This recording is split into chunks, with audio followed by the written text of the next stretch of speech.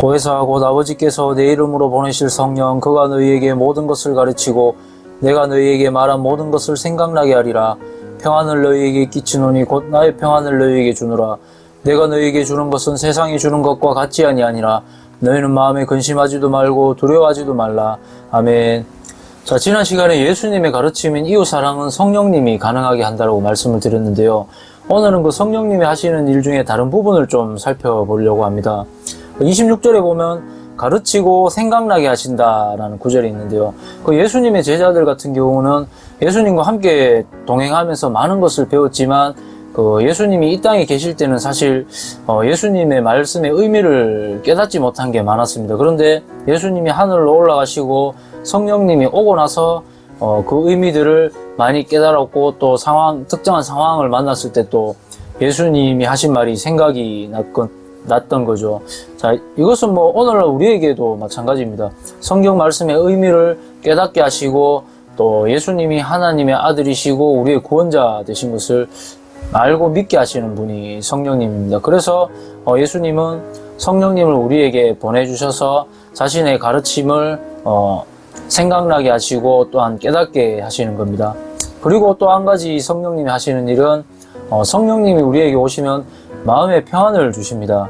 오늘은 이 평안에 대해서 좀 집중적으로 이야기를 나눠보고 싶은데요. 그 본문을 다시 한번 보겠습니다. 평안을 너희에게 끼치노니 곧 나의 평안을 너희에게 주노라. 내가 너희에게 주는 것은 세상이 주는 것과 같지 아니하니라. 자, 이 말씀은 세상도 평안을 주긴 준다는 거죠. 그 세상이 주는 평안은 어떤 것입니까? 돈이 많고 직장이 안정되고 건강이 좋고 이렇게 상황이 좋으면은 평안한 그것이 바로 세상이 주는 평안이지 않습니까? 근데 그 상황이 무너지게 되면 그 평안도 함께 무너지게 되는 거죠. 그런데 예수님이 주는 평안은 그것과 다르다고 합니다. 그 예수님이 주는 평안은 죽음을 앞두고도 평안한 평안입니다. 이 말씀은 예수님이 십자가 죽음을 하루 앞두고 이제 하신 말씀인데요. 정말 믿을 수 없을 정도로 놀라운 말씀입니다. 죽음을 앞둔 사람이 평안하다고 이렇게 이야기를 하고 있으니까요. 예수님이 감정이 없는 분이라서 그러실까요? 그렇지 않습니다. 요한복음 12장에서는 십자가 죽음을 앞두고 내가 괴로워 죽을 지경이다라고 이렇게 말씀하셨습니다. 그래서 이 죽음을 좀 피해가게 해달라고 하나님 아버지께 말씀하는 대목도 나오고 그런데요.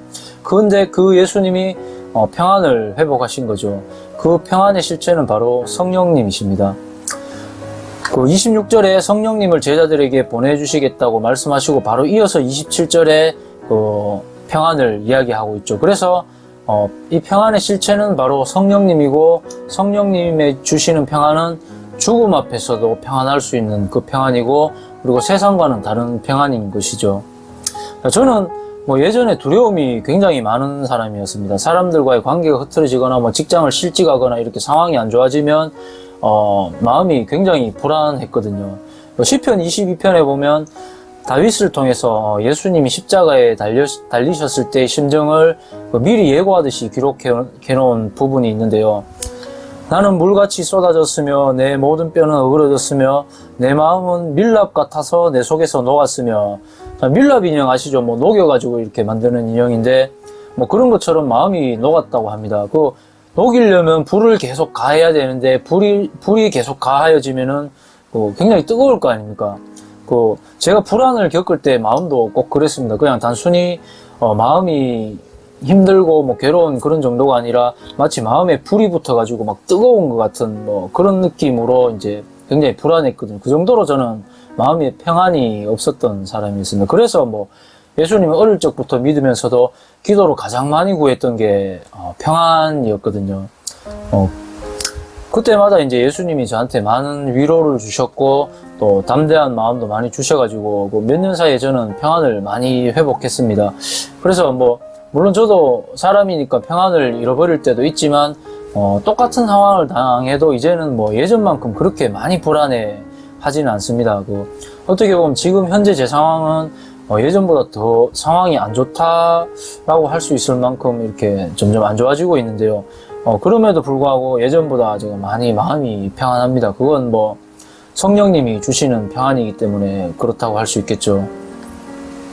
자, 예수님을 믿는다고 해서 모든 상황이 다 좋아지지는 않습니다. 기도를 해도 병이 치유되지 않을 수도 있고, 그리고 가난한 상태가 지속될 수 있습니다. 그리고 어려운 인간관계를 하나님이 허락하실 수도 있어요. 그렇지만 분명한 것은 하나님께 기도하고 또 예수님을 믿는 사람에게는 그것을 견디고 이겨낼 수 있는 평안을 주신다는 사실입니다. 예수님은 죽음을 앞두고도 평안하셨죠. 사람마다 평안의 크기가 다르겠지만 하나님께서 우리에게 원하시는 것은 죽음을 앞두고도 평안하기를 원하십니다. 그 평안의 단계가 거기까지 가길 원하시는 거죠. 자, 그럼 마지막으로 어려운 상황에서도 하나님이 평안을 주셔가지고 마음을 지키게 하시는 이유를 말씀드리고 이 시간 마치도록 하겠습니다. 잠언 4장 말씀인데요. 모든 지킬 만한 것 중에 더욱 네 마음을 지키라. 생명의 근원이 이에서 남이니라. 자, 예수님은 우리에게 영원한 생명을 주러 오셨기 때문이죠.